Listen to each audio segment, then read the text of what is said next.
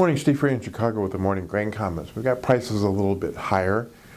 We had some USDA data last night. They rated the soybean crop still at 73% good to excellent, and 4% of the crop is harvested. We're still hearing yields coming in a little bit better than farmers had expected, expecting that the USDA could increase the production numbers in the October report. 74% of the corn crop is rated good to excellent. That's still the same as what we have been seeing. 9% of the crops harvested. And again, the yields are coming in good, but not the records that we saw in 2014. We're watching a little bit of concern about some quality in some of the corn varieties, but it's not expected to be a big issue. We still have the inverse in the nearby beans with the demand really strong, but that inverse is slowly eroding.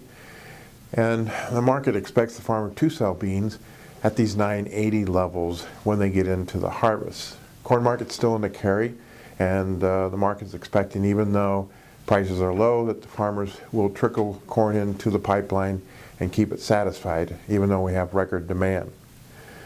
We also know that 17% of the winter wheat crop is planted for next year. That's near 16 average, and conditions are very favorable. And so when you look at the wheat market, you still have too much wheat in the world. It looks like the United States might be the only exporting country in 2017 that might lower acres. And the rest of the world is still going to plant the same amount of acres and probably have a supply issue again next year. Outside markets, the dollar is higher, crude's lower. We'll be watching to see what the Feds do with interest rates this week and see what impact that has on the financial markets.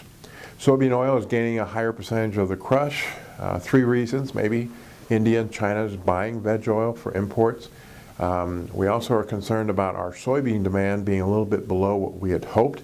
That could bring our crush down and could tighten up some of the soybean oil supplies here in the United States.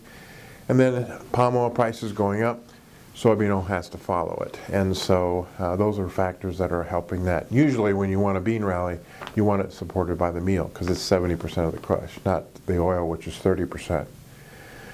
We'll also be watching already some talk about 2017 acres. South America, it sounds like Brazil's going to plant the same amount of acres last year. Argentina might be down. Here in the United States, they're looking at the soybean corn ratio where we could see more bean acres, less wheat, and less corn acres. So that corn and soybean ratio may continue to fluctuate depending upon what acres people think the trade and demand needs.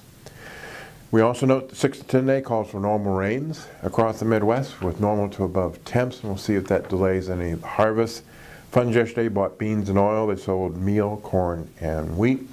And we're kind of gearing up a little bit for the September 30th report when the USDA gives us September 1 stocks of corn, beans, and wheat. And again, those stocks numbers are expected to be below what we are projecting for next year, except in wheat, which is higher than a year ago. But trade will trade those numbers as they come out, especially in the beans if they're lower than what the USDA is currently using.